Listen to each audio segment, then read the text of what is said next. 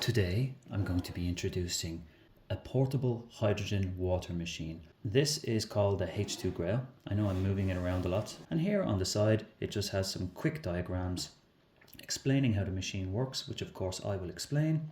It's a hydrogen water generator. It has a metal button with lights indicating the battery and usage. It has a Type C at the back, and it explains a little bit about the lid and its advanced features. Just some shortcuts for you there. Now let's see what's inside. Let's see for real. It comes with a hydrogen inhalation tube, which I don't use very often. I just prefer to use the hydrogen water, but hydrogen inhalation does come with many fantastic benefits. It comes with a thread adapter, so if you're on vacation, traveling, and if you have a large water bottle or if your friend has one, you can hydrogenate their water, also creating a negative ORP if you didn't want to use the onboard. Again, I never really use this. I only use the hydrogen water inside the bottle here, but super handy if you need.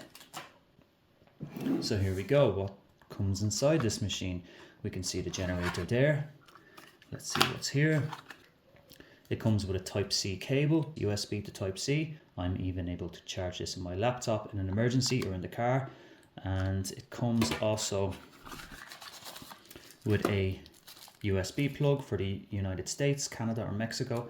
And you can use other European plugs if you need, or cables. I will say that the charger prefers a 5 volt 2 amp plug. If you had, for example, a 5 volt 1 amp plug, it would just take a lot longer to charge.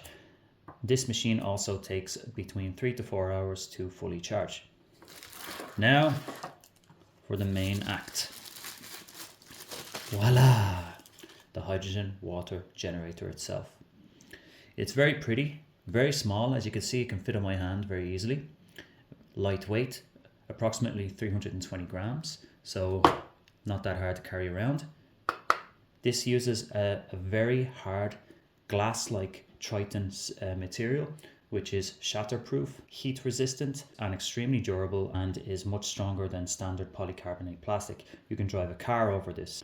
This is the lid, and this lid is quite unique. So it comes with a rubber grip and it comes with a pressure release valve. And let me just take this lid off so we can take a closer look. So this lid uses an absorbent type technology so that it doesn't get stuck on you when the machine has finished a cycle, because it does build up a lot of pressure. And what I really like about this machine is that it has a pressure release valve that you can press so that you can easily open the lid. And it's nice and convenient that you can just press it, run another 10-minute cycle without having to open and close the lid each time. That's a unique feature of this machine. This is the maximum line the manufacturer recommends you fill the machine up to. I have filled it above, but I wouldn't recommend going above this marker, because you can risk creating too much pressure and puncturing the SPE membrane. So better to keep it at the recommended limitation there. So I'm going to reattach this, nice and easy. Deattach the base unit. So when you first get this machine, you'll notice that it has this plastic cover on it. So you want to take this off. And you will notice that there is a second protective cover on it. I'm going to remove the protective cover, revealing the electrolysis part of the machine. And this is the cathode plate. And this plate is quite special. So this plate is a titanium plate coated in platinum. And that material is very important for the longevity, because electrolysis is quite labor intensive on the plates long term. So especially if the water is high in minerals, salts or any other sediment, it's going to affect and react with the electrolysis. So the purer the water, the better the longevity of the plates. And keeping these clean with an acid solution also really helps. I'll get into that in another video, and there's some rubber seals inside to help with the pressure, but I've never had any issues with this containing pressure ever. Okay, and we have a Type C charging port at the back, which is very nice. A little water protective cover. And we also have here the ozone release valve.